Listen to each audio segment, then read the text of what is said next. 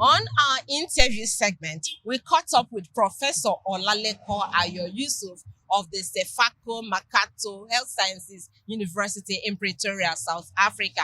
He spoke to us on a number of issues, including the need for African governments to intensify their tobacco control efforts in the interest of public health.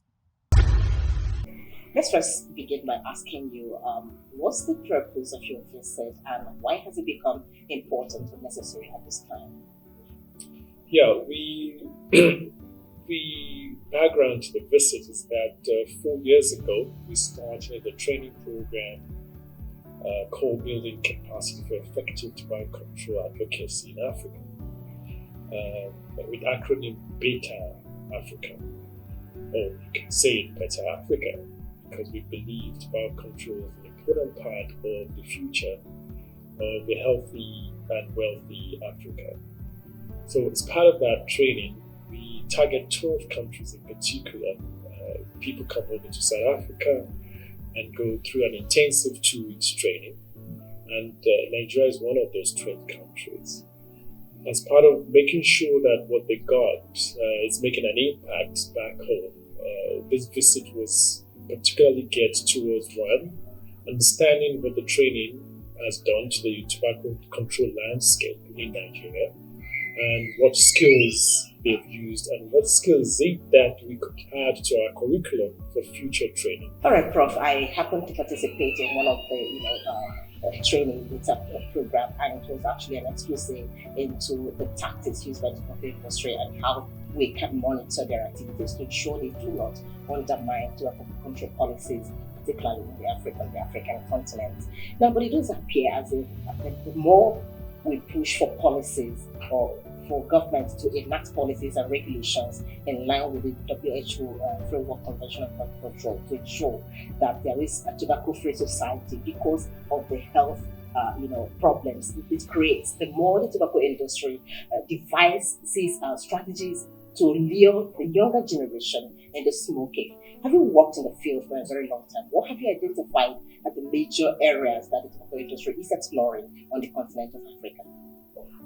So, yes, partner, I did mention that the trust of the beta training is to actually strengthen the whole idea of tobacco industry monitoring and countering those industry interference with policy making and implementation of those policies. So you're right.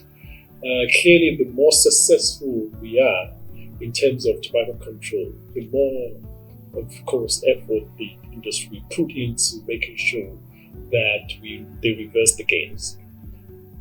We basically concerned with public health, and industry is concerned with profit at any cost for that reason. I mean, for example, the largest market share is owned by British American Tobacco.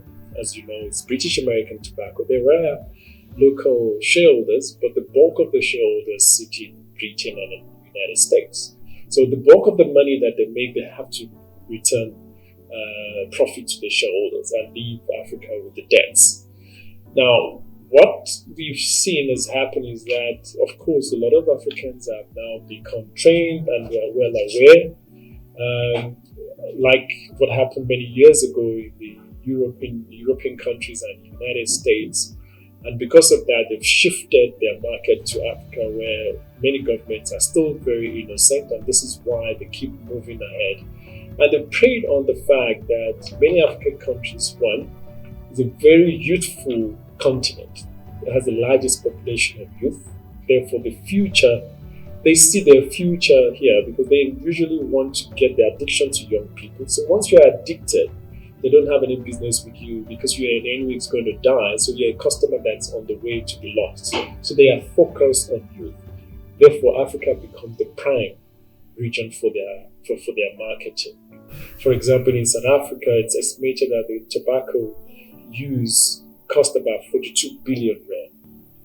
14 billion is direct cost of treating people when they are sick in the bed, and the rest 27 billion come from the fact that once they've developed hypertension or diabetes, they age faster, they die earlier, and they've lost productivity. There's an added cost to that.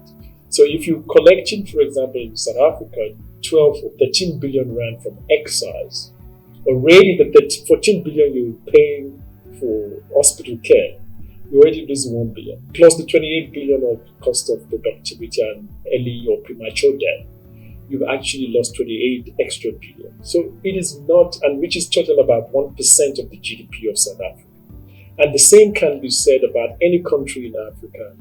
And until we understand the fundamental that the industry is pushing this as an economic growth for Africa, while forgetting that the public health cost is much more than what that brings, we would not be able to get it right. So we are trying to build capacity for people to fully understand what this does to African economy. We cannot have sustained development. And I see repeated sustained development if we are dealing with tobacco control. It's not sustained development. It can give you profits or revenue in 1 year, but over time, as people die, you can't sustain such a growth. And that's not what Africa needs. Now, I'm talking about public health costs. What exactly is the problem with tobacco products? Because to many people, something must kill somebody, particularly in Nigeria. When you talk to these young people, what you hear is, well, it's something that will kill somebody. They don't really care. Is it that the message has not been actually put out there to them to understand exactly what damage tobacco does to the people, what is to the body? Yeah, I think people don't understand. Of course, something must kill somebody. It's like the COVID. We're talking about thousands of deaths every year in perpetuity until we get rid of this cause. We already so worried about the COVID, which we know we can vaccinate.